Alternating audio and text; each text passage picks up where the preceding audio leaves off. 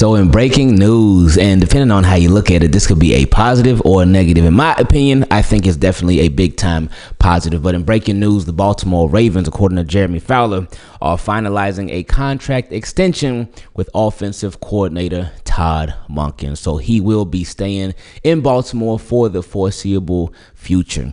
And that is a really, really good thing in my opinion, because while the offense did have their issues here and there, Overall, the offense collectively as a unit, they were amazing. They did a phenomenal job. And with Todd Monken, some things that we really, really appreciated with this Baltimore Ravens offense was development. And what I mean when I say development, well, first, let's start with the quarterback. We knew under Greg Roman's offense, Lamar Jackson, he did a great job, but the offense it capped. It was maxed out, and it was like, nothing's happening. We need to move on. The Ravens, they didn't move on. They kept Greg Roman around for way too long. And then when they finally moved on, coincidence, Lamar Jackson ended up winning another MVP. Hey, I don't know. It is what it is. But with Todd Monken, we got to see Lamar just elevate 2 years ago under Todd Monken's first year as offensive coordinator with the Ravens. We got to see Lamar Jackson and his offense take it to another level. And where we really, really realized, like, hold up, this offense is like, it's for real. They did not have a premier running back, but they lost one of their premier weapons for a significant amount of time, that being Mark Andrews, but the offense still stood tall. And that's when Isaiah Likely really, really took off. And then it made me think, okay, well, all right, Todd Monken, we see you. We really see you. And then this year, it's like, all right, last year or 2 years ago, they elevated. But then this year, they took it to a whole nother level. Even with the kind of slow start, they started 0-2, and the offense started off the way that they were using Derrick Henry early on. It was like, but then once they figured it out, it was like, okay, yeah. And then it's like you added Derrick Henry to the mix, and then you had Lamar Jackson just go crazy this year, insane.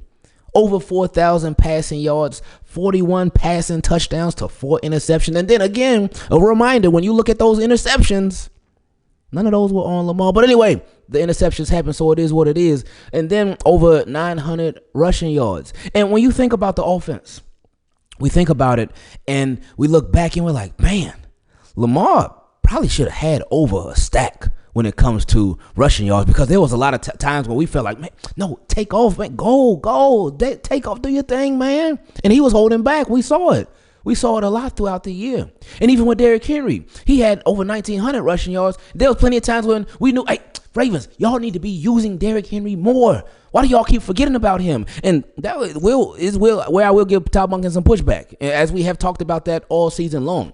There were those moments when they would seem to forget, like, hey, what's 22 doing on the sideline? Well, 22 just broke a big run. What's he doing? But overall, with the unit as a whole, this is a really, really good move. And the Baltimore Ravens, they really have something to build off of, to where they can get even better, and just little areas. It's little stuff here and there. The big picture, they got it.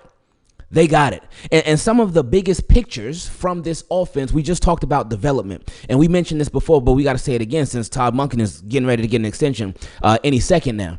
But the development of the wide receivers has been amazing, in my opinion. It is such a breath of fresh air as a Baltimore Ravens fan, because y'all know, we know, when it comes to the development of wide receivers, wasn't our thing.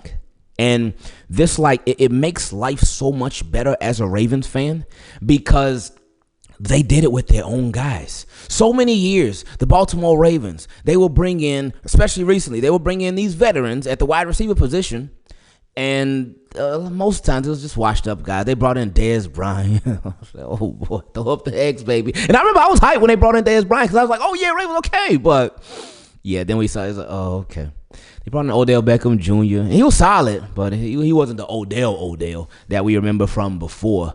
They brought in different guys like Deshaun Jackson.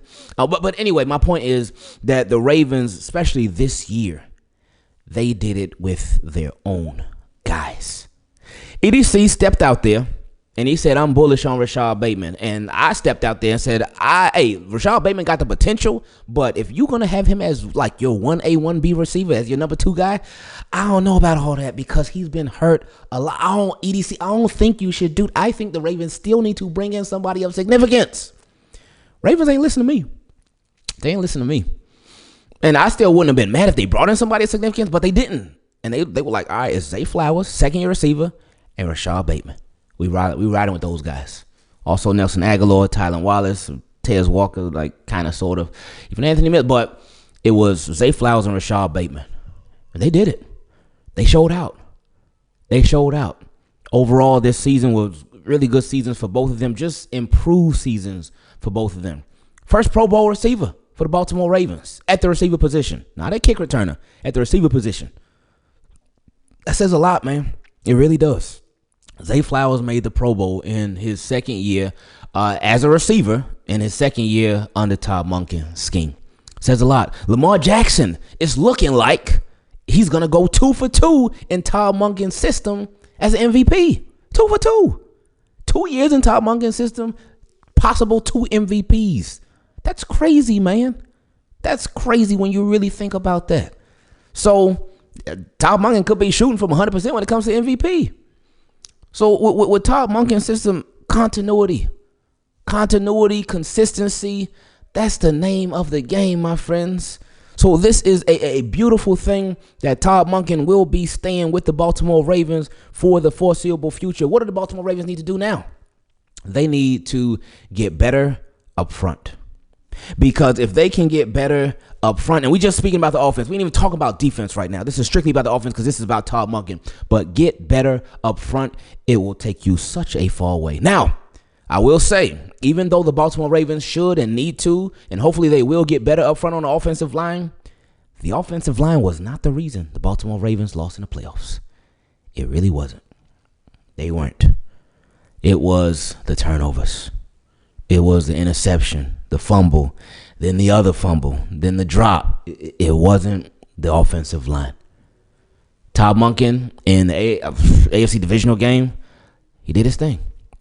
He did what he had to do. And even though Derrick Henry could have had the ball a bit more, especially early on in the first half, Todd Monken did what he had to do. And he did a phenomenal job, even on the 2-point conversion plays, on both of them. Great play calls. Just the execution just end up being off. But I do really, really like this move for the Baltimore Ravens. I love it for the team. I love it for Todd Monken. He did have some interviews to possibly be a head coach. I'm not sure how those interviews went. Obviously, they end up going with other candidates. Could Todd Monken have turned them down? Possibly. Could they have turned Todd Monken down? Possibly. Because it's just one of those things we'll never know. But with Todd Monken, I will say, maybe, this is a possibility and something that we talked about before on here with Todd Monken, maybe, just maybe, some of those guys, some of those teams, and Todd Monken could actually look at the teams like this too, but maybe some of those teams, they looked at Todd Monken and they talked to him, they like, hey, you did an amazing job. We see what you're doing over there with the Baltimore Ravens. We see what you're doing over there with that offense. Amazing, great work. But over here on our team, we don't have a Lamar Jackson. And since we don't have a Lamar Jackson, then that's not fair to you or to our quarterback that we currently got. Because a lot of what Todd Monken has been able to do has been with his designs and whatnot. But Lamar Jackson, as we know, does a lot of crazy stuff every single game. So that makes stuff feel like a lot easier for Todd Monken as an offensive coordinator. But now, where I would say the Baltimore Ravens can grow with the offense is to where they can get this offense to where Lamar Jackson's going to do his thing. He's going to do his stuff. But what they need to do, in my opinion, develop more of a short passing game and a quick passing game more often. Everything ain't got to be long, slow developing routes. And get it to where, I don't want to say you don't want to have to rely on Lamar Jackson going crazy every game, because stuff is going to happen. But get it to where you ain't got to rely on Lamar Jackson going crazy. He's going to get his plays in. He's going to get his crazy plays in. And I get that. And we love it. I ain't saying to stop it. But let's try to get it to where we can do our own stuff, more on-script stuff. Because the off-script stuff is going to happen because mistakes happen, stuff happens, breakdowns happen. It happens. But I would love to where this offense could get it to where it ain't got to be scramble, drill, or bust. That's what I would say. It don't got to be like that all the time. Again, we get it. It happens and it works a lot of times. Sometimes it doesn't. But get it to where it doesn't have to be that. But again, it's small things, in my opinion. Small fixes. Derrick Henry, next year. And this is big for Derrick Henry, too. It's huge for Todd Monken. It's huge for Derrick Henry. It's huge for the Ravens offense as a whole. He's coming back. They're going to work on a deal with him. Don't forget about him, man. Don't forget it. There's no reason that Derrick Henry really shouldn't have had over 2,100 rushing yards. Straight up, man. There's no reason that he shouldn't have had over that. It was 2,100. And you know what's crazy to say? That's not even crazy to say. It's really not. So that's what they need to do. But something that's been on a lot of Baltimore Ravens fans' minds, especially with this Todd Monken getting his contract extension, you know what that really means for the Ravens, right? You already know what's coming. But we'll talk about that another day. We reached my favorite part of these videos where we get to feature your questions. If you would like to take part in it, you can send an email to teamkeepitclean@gmail.com, or for the Team Keep It Clean patrons, you can send your question in a DM directly on Patreon. If you would like to join them, you can go to patreon.com/Ingravenvids. And if y'all would ever like to send us anything, the shipping address is down below in the description. Let's get into this first question that came from my guy, Monta. He said, "Hey, Ingraven, hope all is well as we head into another early offseason, unfortunately. Firstly, I'm not even really mad at Mark. I don't think nobody should be. He's a great tight end and he does a lot for us." He does. I could definitely understand why people would be frustrated with him because he did a 2-for-1. Like, he ain't just, it wasn't like, all right, he fumbled the ball. Oh, okay, we'll bounce back. But he did the fumble and the drop. And they both happened in the fourth quarter. They both happened on back-to-back possessions for the Ravens. Oh, yeah, I understand the frustration, but it is what it is, man. Anyway, he said, "Do I feel like I could have caught that? Of course, LOL. But I understand it's a drop. He's human, so I'm not knocking him for that. No hard feelings towards Andrews, but that fumble is something different, though. But I really wanted to come on here to say, how do you feel about Tylan Wallace being our number 3 wide receiver? Of course, I want us to get someone in the draft, but assuming we don't, I think Wallace would be a great number 3 option. Obviously, with Flowers and Bateman ahead of him, he probably won't get a lot of targets, but Wallace definitely makes the most of his opportunities. Like yesterday, for example, when Bateman went down for a couple of plays, Wallace stepped up. I just think making him number 3 wide receiver will give him more opportunity to make plays for us. I like what we got in Tylan Wallace. I don't know. Maybe that's just me, but let me know how you feel. My bad for the continuous rant, but I'm done now." No, this wasn't no rant at all. Tylan Wallace has a number 3 wide receiver. I don't think it's going to happen. Only way I see that happening, I don't think it's going to happen. I think Ravens will want a veteran there. Hey, again, we talked about the development, though. Could be another step up for Tylan Wallace, but Ravens would have to keep him first, and he would have to stay first. Tylan Wallace has come out and say, "Oh, yeah, I want to stay with the Ravens," but, all them players always say that. They always say, "Oh, I want to stay with the team, da-da-da-da." But Tylan Wallace, free agent this year. What he would need to test the market, see what type of potential opportunity he could get. Is he going to go sign somewhere and be a number 1 receiver? No. Is he going to go sign somewhere and be a number 2 receiver? Most likely not. It's possible, but most likely not. So anywhere that he would be signing, most likely he'll be signing there as a number 3, number 4 guy. Because the team, in order to make him a number 2, they would have to have a lot of trust in Tylan Wallace. But whatever deal he signs, it's not going to be no crazy expensive deal. It obviously is going to be a pay raise from what he's getting paid now, but it's not going to be anything that's crazy expensive. So Tylan Wallace would have to decide, like, all right, is the Baltimore Ravens the best opportunity for me to even get opportunities? Or am I going to be a 3rd or 4th or even 5th wide receiver on a depth chart? Am I going to still remain down on the depth chart and they only bring me in here and there? What's the best situation for Tylan Wallace? I think the best thing for Tylan Wallace to do would be to go see what's out there. I really do. And because it's business. It's business. I don't think his best opportunity is going to be with the Baltimore Ravens. Keeping him would be great because Tylan Wallace, I think, at receiver, he got the best hands on the team. Because Tylan Wallace, while he has limited action, he has limited passes thrown his way, he don't be dropping nothing. Nothing. Whether he's been in the game all game, whether they just bring him in for a couple of plays here, he doesn't drop anything. But I think Tylan Wallace, as far as the opportunity and the potential for him to grow as a wide receiver, is his best bet with the Baltimore Ravens. I can't say that it is. And I would not be mad at Tylan Wallace for exploring other opportunities. And obviously a lot that depends on what happens with Nelson Agholor, because I believe he's a free agent too. So Ravens could be like, you know what? Nelson out, and Tylen will try to keep you. But then he going to want to get some money. And again, wow, Ravens, they could keep him for a decent price, but will they be willing to allocate those funds into paying a possible third, possible fourth wide receiver on the roster? Next question came from my guy Alex. Hey, you related to Rashad? Anyway, he said, "Yo, what's up, man? Hope you're doing well. I've been watching the channel from around the start of the season from Scotland, and I have never sent in something. I would just like to say these Ravens are a pleasure to watch day in and day out. For me, who just got into the NFL around 3 years ago, I chose to support the Ravens because me and Rashad Bateman have the same last name." See, okay, that's what I was at. Okay, maybe you might be. Rashad got people over in Scotland. Hey, you never know. Anyway, he said, "And I have not regretted it since. There's no shame in going out like that. We went out swinging, and the Bills are a great team."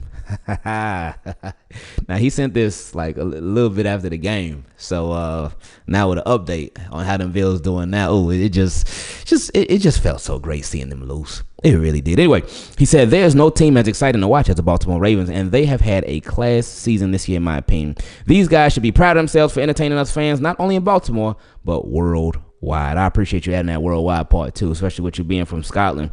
Hey, shout out to you, man, and I'm glad that you chose the Baltimore Ravens. So shout out to Rashad Bateman. Bateman, if you watching this, look at that. You brought your cousin Alex in as a fan from Scotland, so we appreciate you.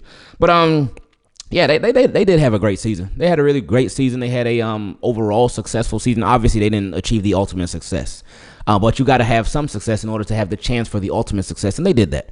While we are upset that they didn't get to the Super Bowl, and I know that 31 other teams they lose too, and I don't nobody want to hear that. I don't nobody want to hear that at all. Like, we wanted Ravens to get it. Ravens didn't get it. They failed at that part. That part was a failure. But the overall season, they did do good overall. But they got to fix those little mistakes here and there in order to get over the hump. Next question came from my guy Jarvo. He said, "Man, I don't even know where to start with this one. Defense kept us in the game, but that Lamar fumble hurt us bad. It certainly did because it took away points from the Ravens. It gave points to the Bills." He said, "Yes, he tried saving us at the end, but then Mark Andrews tried to be Zay Flowers and fumble." Yes, and I still ain't had no problem with that. Looking back at it, when it was live, I ain't had no problem with it. Looking back at it, I ain't had no problem with it at all. It was an unfortunate fumble. Anyway, he said, and then drops the easy 2-point conversion. Well, we definitely had a problem with that. But anyway, he said, "What should have went to Likely, who probably would have made that play." Not going to say much, man, but what do you think will happen to this roster going into next season? Well, I mean, we'll see. We'll see. You can't keep everybody. You got to make changes. And you can't re-sign everybody. So some people going to go. Some people going to stay. He said, "Does Todd Monken stay another year?" Now, this was right after the game, so we obviously got the answer to that question. He said, "Will the King return?" This was before the presser, so we obviously got the answer to that question. He said, "What positions should we make a top priority?" Whether you're talking free agency or draft, offensive line and defensive line. They make such a big difference. Now, we got Matabike, we got Travis Jones, Michael Pierce. I don't know what's happening with him. I don't know what's going on with him. But offensive line, first and foremost, beef it up, make it stronger, make it better, make it more athletic. But so that's where I would start. And something that we talked about earlier with the offense, just Lamar not having to do so many of the crazy plays. I think a lot of that would start with the offensive line. Them being able to do even more on-script stuff, I think a lot of that will start with the offensive line. Because a lot of times, offensive line wasn't block enough, so Lamar had to run around and buy time. So that would be that. He also said, "So where would you rank that Mark Andrews drop pass as far as heartbreaking moments? Is it up there with Billy's missed field goal and Lee Evans drop pass?" Now, after the Lee Evans drop pass, we won the Super Bowl right after, but we also cut him as well. I see what you're doing there. For me, the Billy Cundiff, that miss is the top for me. Because that was the game to go to the Super Bowl. We had it. Everything was there. It was right up there with that. It's close, but the Billy Cundiff is the worst for me. That is the worst for me. The Lee Evans ain't dropping. He got stripped by Sterling Moore. But that's obviously, I mean, those are the same game. But the Mark Andrews dropped 2-point conversion. That one hurt bad. It really, really did. So that's up there with the rest of them. And then there's the fourth and 12 is tough. And that would have been to get to the playoffs. The 4th and 12 that play was crazy, man. But that play did give us Lamar Jackson. So hey, gotta look at the positives with it. He also said this hurts, and now I gotta watch mock drafts and reports on who the Ravens should target and re-sign. Yeah, it sucks that we had to get there so early. Anyway, he said next year will be special because now we get an even better and more motivated Lamar Jackson, a motivated contract year Mark Andrews, another season and contract year for the King, fully healthy Keaton Mitchell, a motivated Zay who hates that he wasn't out there with his flock for the playoffs. I mean, yeah, but all those guys were motivated this year too. And what happened? He said, hopefully we keep Todd and bring back Ronnie, Project Pat, and Ardarius Washington. All the other free agents can walk. I also think finalizing will be much better as well. My question for you is, who do you see us bringing back and letting go? You might have already gotten to this question. No. Ronnie Stanley is the biggest question mark for me.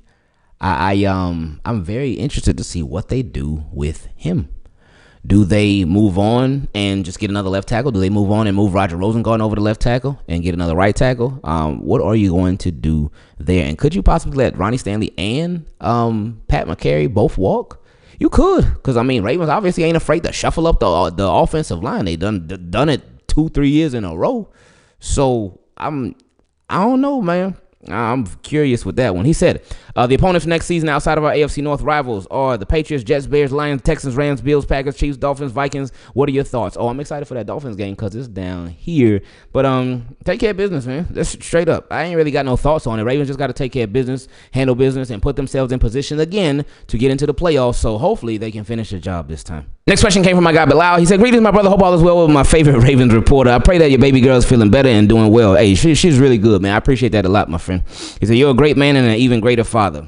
No, we ain't nothing special, man. So you ain't even got to say all that, but I appreciate you. He said, just wanted to, like always, give you your flowers. I want to be just like you when I grow up. Your humbleness and kindness is unmatched. I thank you for continuing to give me a safe space to unwind after long days. Football is life, and I truly appreciate you in the Team Keep It Clean movement. Hey, no, I appreciate that. We, Team Keep It Clean, we appreciate that as a whole, man, because we all just one big family, man. That's it. We one big family. We're just sitting here chilling, talking about football. A little upset that our Ravens ain't make it all the way, but, hey, the Bills ain't make it all the way either. So that little petty in our hearts, we got to try to get it out of there, though. We got to try to get that hate out of our hearts for the Bills, but no, man, but it's all in fun. It's all good, man. So I appreciate this, man. I know you're a big family man, and lastly, I just wanted to shout out your wife and Carter for keeping you sane. We appreciate them as well. I appreciate that a lot, man, and I'm gonna show them that. I appreciate that, and they're gonna really appreciate that. So thank you for that, man. He said, always keep your family first and the Most High close to my friend. You deserve everything. To get to my question, I saw your previous video about Marlo, and I couldn't agree more. Kyle Hamilton was pushed back to free safety this year. You also mentioned you believe Marlo will be a great safety as well if Washington returns. What do you think about moving Marlo to strong safety, sliding Washington to free safety, and lastly letting Hamilton go back to slot corner? Ooh, I wouldn't move Marlo right now. Not until he's slowing down. I wouldn't move him right now. I will leave him as is. So he said, I'm sorry, but while Hamilton did play very well on the back end this year, I still feel like having him as a gadget player similar to Troy Polamalu makes us a better team. Well, Troy Polamalu, he was dropped back deep a lot. So they would move him around. And they still did that with Kyle Hamilton. But yeah, like you mentioned, it was kind of limited this year after they made the changes. Because Kyle Hamilton, first, he was that sort of X factor on defense. But then after all the benchings and the firings and the releasings and all that stuff, they did drop him back. And he was back there. But they didn't give up with the big plays. But Kyle Hamilton, he wasn't making all the splash plays like we were used to seeing him make over the years. So yeah, Ravens do have a bit of a situation there, but yeah, I would probably leave it as is. And while you still do move Kyle Hamilton around a bit, I would probably leave it as is, like they had it the back half of the season. He said, you also mentioned Marlo can have the same impact on the game being around the line of scrimmage. This will allow us to work with what we already have and not trying to fix what's not broken. See, that's why I say I would leave everything like it is now. Well, I mean, Brandon Stevens is going to probably be going. Unless Ravens end up trolling it, we'll see. But so yeah, you add another good corner, and I would say leave Kyle Hamilton where he is, leave Ardarius Washington where he is, get another sort of X factor type of player, and while somebody may be a safety, so Kyle Hamilton and him could sort of switch off a little bit, go back and forth and whatnot. Don't try to get it too confusing or whatnot, because you don't want to end up confusing yourselves. But dude, I would say overall, I'll probably leave Kyle Hamilton where he was. And it's tough, man, because, yeah, we know super duper Kyle, he is crazy with it, man. But the way they played Kyle the second half of the season, I would just leave it like that. Don't fix what's not broken.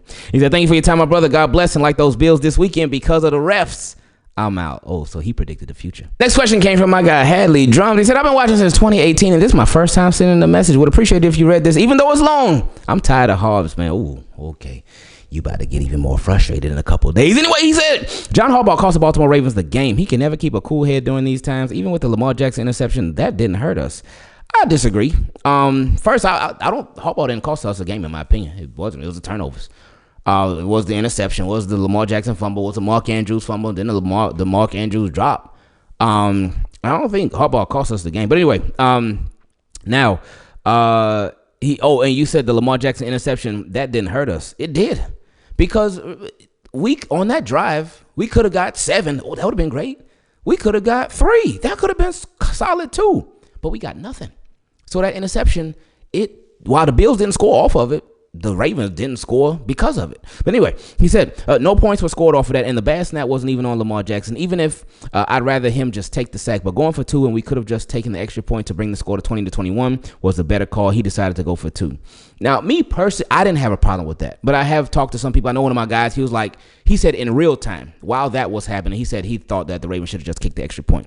So if anybody, I know there's some people that feel like the Ravens should have just kicked the extra point. I was fine with them going for 2. And the play call was good. The execution was just off. But anyway, he said, which we didn't make. He said, had we taken that extra point there, we could have, there would have been no reason to go for 2 in the end. Could have just tied the game with seconds left on the clock and gone into overtime. Our defense kept the Bills to 6 points after the half, while our offense played well enough to even up the game. Yep, that's true. Good point. He said, yes, Mark should have made those catches. Yes, the turnovers were bad, but with these horrible Ravens losses, it's sometimes dumb coaching decisions that cost us the game. I just don't think it just wasn't. It wasn't on coaching. This game wasn't on coaching to me, man. It really wasn't. Harbs ain't fumbled that ball. He ain't fumbled the ball. When Mark Andrews called, Lamar threw to Mark Andrews and he cut back and boom, Harbs ain't fumbled that. That wasn't a call. That wasn't no bad play call by Harbaugh. When they drove down the field with 90 seconds or in 90 seconds, Lamar threw the touchdown to Isaiah Likely. Oh, boom. Oh, all right. Ravens just need a 2-point conversion. That wasn't on Harbaugh that Mark Andrews dropped it. Now, I know you are saying it is on Harbaugh from earlier, though. Them going for 2 earlier when you feel like they shouldn't have. So, and everything connects. But I don't know. I just don't feel like the Harbs cost it. Anyway, he said, Harbs just he just ain't got that dog in him for these times. He panics, he gets greedy, and he puts his team under pressure. It's not like Tucker was missing kick still. Dude hasn't missed since the bye, so why not take the extra point? One more thing. Why couldn't we try using another receiver to give us at least 50% of what Zay Flowers did? Zay went down, and all the Zay Flowers play calls just went away with him. It's like no one else could have been put there to run some of his routes, so the Bills noticed that, and they just held bait down. But what receiver are they going to put in that position that they would trust? I made a suggestion of Dayton Wade. I knew it was highly unlikely that they would go with a Dayton Wade because he was an undrafted rookie free agent literally this year. So they wouldn't put him in that situation.